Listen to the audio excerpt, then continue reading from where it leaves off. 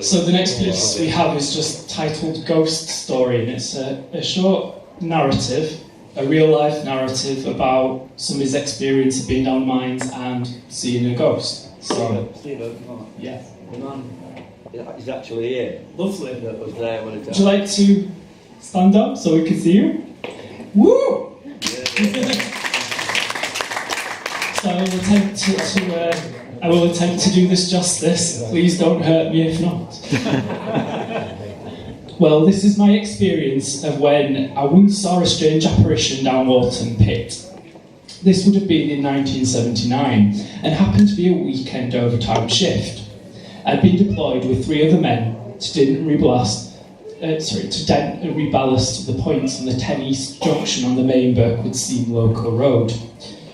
We had completed our tasks, so the lads had their snap and started playing cards. So with me being a bit tired and cold, I walked maybe 50 metres up the old 10 East local road to where the ventilation stream wasn't as strong, where it was a bit warmer. Now I got plonked down and was having 40 winks in a manhole with my cap lamp turned off, so it was totally pitch black, when I felt the temperature suddenly drop a few degrees, and I woke up freezing cold. When I looked up, there was a strangely visible but luminous, in the pitch black, figure in the roadway, sort of floating or hovering in front of me, dressed in old-fashioned clothes and the old-style oil lamp and pit helmet. And this apparition actually spoke to me. It just said, "Are you coming down the back roads?"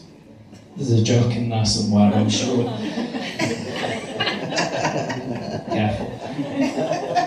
At this point, I was sort of mesmerised, like a rabbit trapped in headlights and scared to death, as I just didn't know what it could be. So I just closed my eyes, pulled my helmet peak over my eyes, covered my face up with my donkey jacket collar and just screamed, and it just said, "Ah!" There we go. But when I opened my eyes, maybe 10 seconds after, the apparition had completely vanished. When I turned my cap lamp back on and went running back to where the other blokes were, they burst out laughing and said, "What's up, young'un? Has they seen a ghost or something?" I denied it and said, "No, have I hell?" But apparently I was drip white, sweating and shaking like a leaf. But after that, I heard there had been numerous sightings of this spectre down Walton pit over the years, and it was reputedly the ghost of Lol Coe, who was one of the 5 men killed in the 1959 methane explosion.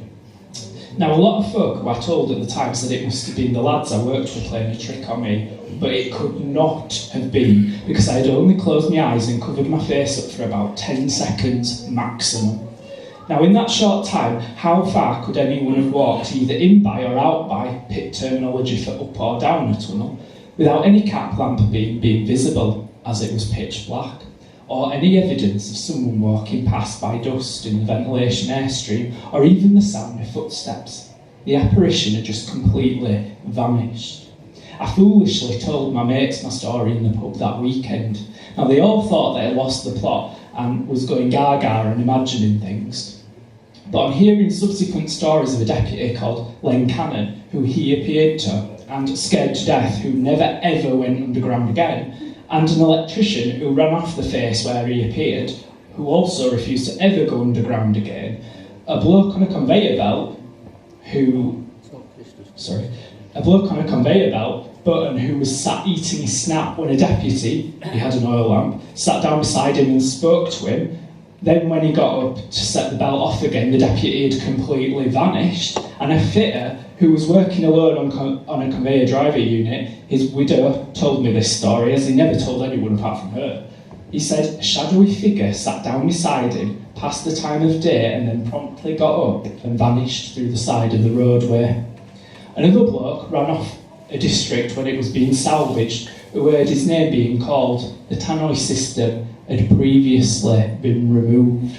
Now, years after the pit was closed, all men out and accounted for, the stoppings had been put on underground and the 3 shafts in the pit yard had been filled in. The remote Haw Park end shaft was left unfilled and was used as a pumping station for many years for any local pits that were still open water surplus. But a couple of men who worked at the Haw Park shaft who were responsible for pumping operations, swore that on a few occasions they saw a light flashing about down in the shaft at one of the insects. And then it just says, freaky or what?